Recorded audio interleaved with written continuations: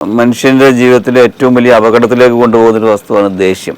വളരെ നിസ്സാരമായി തീർക്കാവുന്ന ഒരു വിഷയത്തെ നമ്മുടെ പെട്ടെന്നുണ്ടാകുന്ന വികാരക്ഷോഭം കൊണ്ട് വലിയ പ്രശ്നങ്ങളാക്കി ഒരുപക്ഷെ ജീവിതത്തിൽ തന്നെ വലിയ നഷ്ടങ്ങൾ വരുത്തുന്ന രീതിയിലേക്ക്, പ്രത്യേകിച്ച് ട്രാഫിക് രംഗത്തൊക്കെ വാഹനം ഓടിക്കുമ്പോഴൊക്കെ ഒരുപാട് അനുഭവങ്ങളൊക്കെ കാണാറുണ്ട്. ഈ ദേഷ്യം എന്ന വികാരത്തെക്കുറിച്ച് സൈക്കോളജി രംഗത്തുള്ള ഒരാൾ നിങ്ങൾക്ക് താങ്കൾക്ക് എന്താണ് പറയാനുള്ളത്? മുഹമ്മദ് നബി സല്ലല്ലാഹു അലൈഹി വസല്ലം തങ്ങൾ പഠിപ്പിച്ച അധ്യാപനങ്ങളെ പരിശോധിച്ചാൽ മനുഷ്യന് അടിസ്ഥാനപരമായി 20 വികാരങ്ങളുണ്ട് എന്ന് കാണാൻ വേണ്ടി സാധിക്കും. 20 വികാരങ്ങളുണ്ട്. ഇതിനൊക്കെ പോസിറ്റീവായിട്ടും നെഗറ്റീവായിട്ടും ഉപയോഗിക്കാം. മനുഷ്യന് ജന്മന ഉള്ളതാണ്. മറ്റു ജീവജാലങ്ങളിലേക്ക് താരതമ്യം ചെയ്യുമ്പോൾ മനുഷ്യനുള്ള ഏറ്റവും വലിയ പ്രത്യേകത വിവേകമാണ്. മറ്റുള്ള ജീവികൾക്ക് ഇല്ലാത്തതും, അതായത് മറ്റുള്ള ജീവികൾക്ക് ബുദ്ധിയുണ്ട്, മനുഷ്യനും ബുദ്ധിയുണ്ട്. മറ്റുള്ള എല്ലാ ജീവജാലങ്ങളുടെയും ബുദ്ധി 2 കാര്യങ്ങൾക്ക് മാത്രമായിട്ടുള്ളതാണ്. ഒന്ന്, അവകൾക്ക് എന്തെങ്കിലും ഒരു ഉപകാരം ഉണ്ടാക്കാനാണ്, അല്ലെങ്കിൽ അവകൾക്ക് വരാവുന്ന ഒരു ഉപദ്രവത്തെ തടയാനാണ്. ഈ രണ്ടാലൊരു കാര്യത്തിന് വേണ്ടി സർക്കസിൽ വെച്ചുകൊണ്ട് ആന സല്യൂട്ട് ചെയ്ത് കാണിക്കുന്നത് അതിന് ഭക്ഷണം കിട്ടാനാണ്. ഇങ്ങനൊരു ഉപകാരം ഉണ്ടാക്കാൻ, അല്ലെങ്കിൽ അടി തടുക്കാൻ, ഉപദ്രവത്തെ തടുക്കാൻ, ഈ 2 കാര്യങ്ങൾക്കപ്പുറം മറ്റൊരു ജീവിയും പോവില്ല. മനുഷ്യൻ അതിനപ്പുറത്തേക്ക് ബുദ്ധി കൊണ്ട് സഞ്ചരിക്കുന്നവനാണ്. അതിൻ്റെ ബുദ്ധികൾക്ക് മറ്റു ജീവികളെ അപേക്ഷിച്ച് ഒരുപാട്.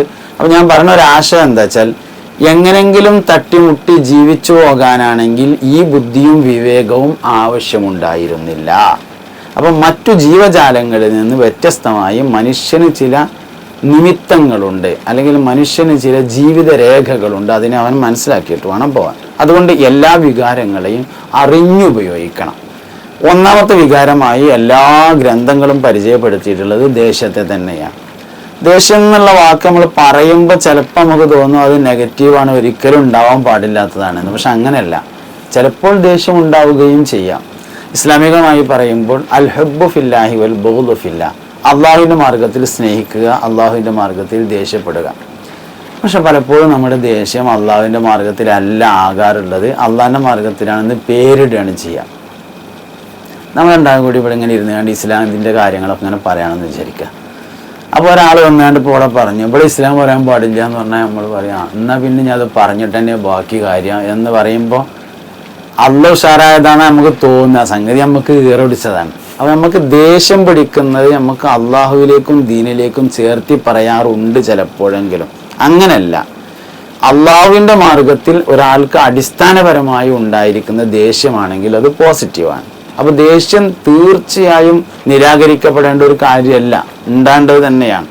അതേ സമയത്ത് വിശദീകരിച്ചിട്ട് അള്ളാഹിൻ്റെ മാർഗത്തിലാണ് എന്ന് വരുത്തി തീർത്തുകൊണ്ട് കാര്യമൊന്നുമില്ല. എന്നാൽ ഭൂരിഭാഗവും ദേഷ്യം എന്ന വികാരം നെഗറ്റീവായിട്ടാണ് സംഭവിക്കാറുള്ളത്, നല്ല നിലയിലല്ല. കാരണം പിശാച് മനുഷ്യനിൽ വർക്ക് ചെയ്യുന്ന ഏറ്റവും പ്രധാനപ്പെട്ട വികാരം ദേഷ്യവുമായി ബന്ധപ്പെട്ടതാണ്. മനുഷ്യൻ ഒരാളോട് ദേഷ്യപ്പെടുമ്പോൾ തന്നെ അവൻ്റെ പ്രകൃതം വരെ മാറും, അവൻ്റെ ഫേസിൻ്റെ ഷേപ്പ് വരെ മാറുന്നതായിട്ട് കാണാൻ വേണ്ടി പറ്റും. നബി സല്ലല്ലാഹു അലൈഹി വസല്ലം തങ്ങൾ ദേഷ്യത്തെ വളരെ മോശമായ വികാരമായി ഹദീസുകളിൽ പറഞ്ഞിട്ടുണ്ട്. ദേഷ്യം ഒരാൾക്ക് വന്നാൽ നിൽക്കുകയാണെങ്കിൽ ഇരിക്കണം, ഇരിക്കുകയാണെങ്കിൽ കിടക്കണം, എന്നിട്ട് ഒതുങ്ങണില്ലെങ്കിൽ അവൻ ഒളു ചെയ്യണം, വെള്ളം കൊണ്ട് തണുപ്പിക്കണം തുടങ്ങിയ വാക്കുകളൊക്കെ പറഞ്ഞതായിട്ട് കാണാൻ വേണ്ടി പറ്റും. അതുകൊണ്ട് മനുഷ്യൻ്റെ അടിസ്ഥാന വികാരങ്ങളിലെ ഏറ്റവും കൂടുതൽ നിയന്ത്രിക്കേണ്ട വികാരമാണ് ദേഷ്യം. ഈ അടുത്ത കാലത്ത് ഒരു കുട്ടി വളരെ ദേഷ്യവും സങ്കടമോ എന്തോ അറിയില്ല, അവനിങ്ങനെ അഊദുബില്ലാഹി മിനശ് ശൈത്വാനിർ റജീം എന്നൊക്കെ പറഞ്ഞു. അപ്പോൾ ഞാൻ എന്തെങ്കിലും പറഞ്ഞു, ഞാൻ ഇരുന്നു കിടന്നു എന്നിട്ട് എൻ്റെ ദേഷ്യം ശമിക്കുന്നില്ല എന്ന് വന്നിട്ട് ഇങ്ങനെ വല്ലാതെ പറഞ്ഞു. ഒരുപക്ഷെ അതിൻ്റെ ഓപ്പോസിറ്റുള്ള ആൾ, പ്രത്യേകിച്ച് മാതാവിൻ്റെ സാന്നിധ്യം അവനുണ്ടാക്കുന്നൊരു ഇതായിരിക്കാമല്ലേ അത്? തീർച്ചയായും. പിന്നെ അഊദിയല്ല എന്നുള്ളത് ദേഷ്യം പരിഹരിക്കപ്പെടാനുള്ള വലിയൊരു മാർഗ്ഗമാണ്. ആ അഊദിയല്ല എന്നുള്ളതിൽ തന്നെ കിട്ടും പൈശാചികമായ ദുർബോധനങ്ങൾ ഏറ്റവും കൂടുതൽ വരാൻ സാധ്യതയുള്ള വികാരമാണ് ദേഷ്യം എന്ന് മനസ്സിലാക്കാം. അത് നമ്മൾ പ്രഭാഷണങ്ങളിലൊക്കെ ചിലപ്പോൾ അത് കാണും.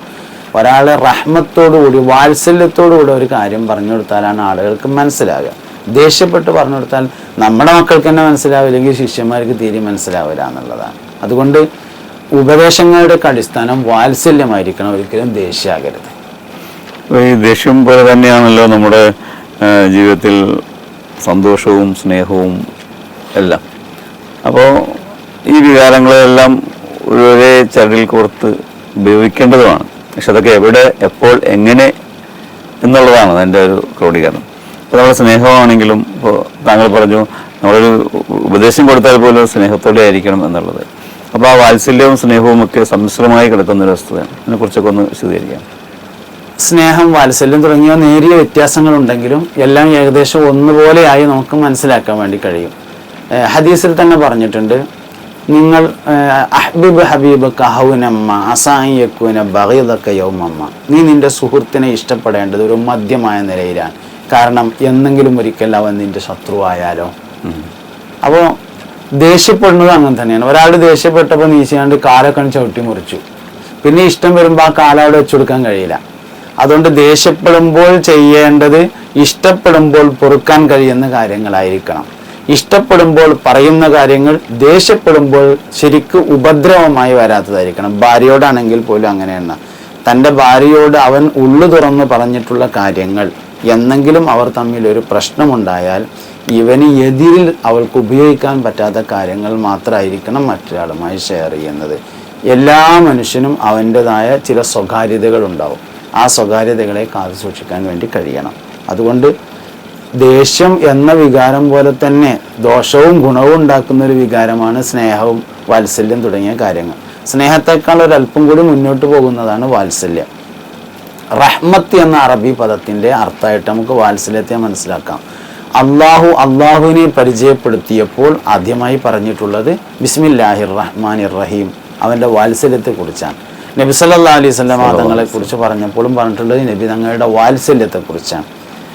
പരിശുദ്ധ ഖുർആനിൽ അവസാനം ഇറങ്ങിയത് എന്ന് പറയാവുന്ന ആയത്ത് ഉണ്ട്. ആ ആയത്തിൽ നബി സല്ലല്ലാഹു അലൈഹി വസല്ലം തങ്ങൾ നിങ്ങളുടെ കാര്യത്തിൽ നിങ്ങളെക്കാൾ താല്പര്യമുള്ള ആളാണ് എന്ന് പറഞ്ഞിട്ടുണ്ട്. ഹരീസുൻ അലൈക്കും ബിൽ മുഅ്മിനീന റഊഫുർ റഹീം. ഹരീസുൻ അലൈക്കും എന്ന് പറഞ്ഞാൽ സാലിം ഫൈസി രക്ഷപ്പെടണമെന്ന് സാലിം ഫൈസിയേക്കാൾ താല്പര്യമുള്ള ആളാണ് മുഹമ്മദ് നബി. ഇതിനെയാണ് യഥാർത്ഥത്തിൽ വാത്സല്യം എന്ന് പറയുന്നത്. ഒരാൾ നന്നാകാത്തതിൽ നമുക്കുള്ള സങ്കടം, ഒരു കുട്ടി പഠിക്കാത്തതിൽ നമുക്കുള്ള സങ്കടം, ഒരു മനുഷ്യൻ ലഹരി ഉപയോഗിച്ചതിൽ നമുക്കുള്ള സങ്കടം, ഈ സങ്കടമായിരിക്കണം നമ്മുടെ പ്രകടനം, അല്ലാതെ ഒരിക്കലും ദേഷ്യമാകരുത്. ഇന്നത്തെ ഈ തലമുറയിൽ ഒരുപക്ഷെ അധ്യാപന രംഗത്താണെങ്കിലും മറ്റേത് മേഖലയിൽ നോക്കിയാലും ഈ പറയുന്ന അധ്യാപകൻ തൻ്റെ കടമ നിർവഹിക്കുന്നു, തൻ്റെ ജോലി നിർവഹിക്കുന്നു എന്ന നിലയിൽ നിന്ന് മാറി തൻ്റെ ശിക്ഷകണങ്ങൾ ഭാവിയിൽ രക്ഷപ്പെടണം എന്ന ആ ഒരു ചിന്താഗതി ഉണ്ടായിരിക്കണമെന്ന് തോന്നുന്നു. തീർച്ചയായും അതാണ്. ഞാനിപ്പോൾ അടുത്ത് നമ്മളെ മുസ്തഫ ഫൈസിയുടെ മജ്ലിസിൽ ഒരു അനുസ്മരണ പരിപാടിക്ക് പോയി. അവിടെ ഉണ്ടായിരുന്ന ഹസൻ ബാവമാഷ് എന്ന് പറഞ്ഞ ഒരാൾ ഇപ്പോൾ അടുത്ത് മരണപ്പെട്ടു. അദ്ദേഹത്തിൻ്റെ ഒരു അനുസ്മരണമായിരുന്നു. ഈ ഹസൻ ബാവമാഷ് എനിക്ക് നേരത്തെ പരിചയമുണ്ട്. മഹാനവറുകൾ സ്കൂളിൽ നിന്ന് റിട്ടയർഡ് ആയതിനു ശേഷം ഞങ്ങളുടെ നാട്ടിൽ മദ്രസയിൽ പഠിപ്പിച്ചിരുന്നു. കുട്ടികൾ പഠിച്ചില്ലെങ്കിൽ മൂപ്പര് കരയുമായിരുന്നു. അതായിരുന്നു രീതി. ഇങ്ങനെയുള്ള അധ്യാപകരുടെ അഭാവം പലപ്പോഴും ഒരു പ്രശ്നം ഉണ്ടാക്കുന്നുണ്ടെന്ന് എനിക്ക് പലപ്പോഴും തോന്നിയിട്ടുണ്ട്.